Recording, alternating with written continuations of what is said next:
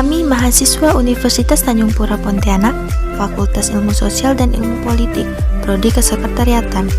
Tugas ini dibuat untuk menyelesaikan tugas akhir semester mata kuliah Bahasa Indonesia dengan dosen pengampu Bapak Matius Herman. Dengan judul pembahasan membangun teks laporan secara bersama-sama. Sebelumnya, izinkan kami memperkenalkan diri terlebih dahulu.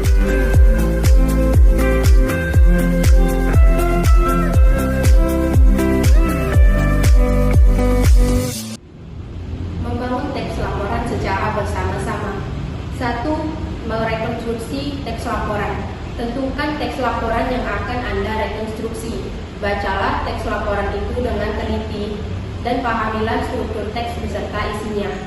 Ringkaslah tahapan demi tahapan pada struktur teks itu dengan kalimat-kalimat Anda sendiri, tetapi tidak mengubah isinya dan genre mikro yang ada. Rangkailah ringkasan dari setiap tahapan itu menjadi satu kesatuan.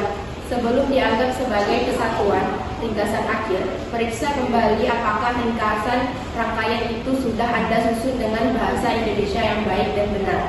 Kesatuan ringkasan akhir yang telah diperiksa ulang itu adalah rekonstruksi yang Anda hasilkan. Kedua, menyusun teks laporan yang baru. Dalam menyusun laporan Anda masih mendasarkan diri pada model yang sudah ada, genre mikro yang digunakan di dalamnya, dan formulasi bahasanya. Tetapi pokok persoalan yang diteliti atau kegiatan yang dilaksanakan berasal dari inisiatif Anda sendiri. Contohnya seperti model laporan penelitian tentang kearifan lokal perempuan Samin dan laporan kegiatan tentang praktik kerja di rumah tuli. Selanjutnya, membangun teks laporan secara mandiri. 1. Membuat rangkuman. Tujuan akhir bab 4 ini adalah Anda sudah memahami prinsip-prinsip penyusunan laporan. Dengan pendapat bahwa menulis pendek yang memuat semua poin yang diharapkan jauh lebih sulit daripada menulis panjang karena tidak penting sepanjang apa suatu teks, tetapi yang penting adalah isi yang tersampaikan.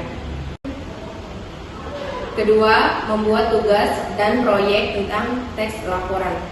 Carilah teks laporan penelitian di bidang IPA dan IPS. Identifikasilah persamaan dan perbedaan di antara keduanya dalam hal struktur teks, genre, dan formulasi bahasa yang digunakan. Susunlah jawaban Anda dalam teks dengan genre eksposisi. Hasil analisis laporan pembelajaran IPA dan IPS. IPA, trombosit darah. Trombosit darah yang berperan penting dalam mengangkut oksigen dan hasil metabolisme ke jaringan tubuh. Berfungsi sebagai pertahanan tubuh, sebagai pengatur suhu tubuh serta pengatur keseimbangan zat dan pH, dan juga sebagai mekanisme hemostasis. IPS, sejarah manusia purba. Sejarah manusia purba di Indonesia, Meganthropus paleojavanicus atau fosil yang menjelaskan tentang sejarah perkembangan manusia purba hingga sekarang menjadi manusia modern. Rangkuman IPA. Darah merupakan komponen yang terdapat pada makhluk hidup yang berperan penting dalam mengangkut oksigen dan hasil metabolisme ke jaringan tubuh. Setiap orang rata-rata memiliki kira-kira 70 mili darah setiap kilogram berat badan. Sebanyak 50-60% darah terdiri atas cairan darah disebut plasma, dan sisanya unsur-unsur padat berupa sel-sel darah. Rangkuman IPS. Meganthropus adalah manusia purba tertua. Seorang ahli paleontologi Belanda menemukan fosil Meganthropus di desa Sangiran, Lembah Bawangan, Solo. Pola hidupnya masih berpindah-pindah tempat serta mencari makan dengan berburu dan meramun. Makanan utamanya tumbuh-tumbuhan yakni umbi karena mereka belum mengenal api. Bentuk mukanya masih belang-belang pipi yang tebal, tonjolan kening yang mencolok, dan tonjolan belakang kepala yang tajam dan tidak memiliki dagu.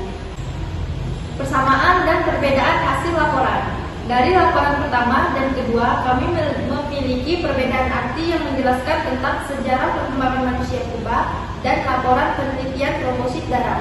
Walaupun keduanya memiliki perbedaan arti, tapi keduanya tidak dapat dipisahkan karena darah adalah cairan yang sangat penting untuk manusia maupun hewan.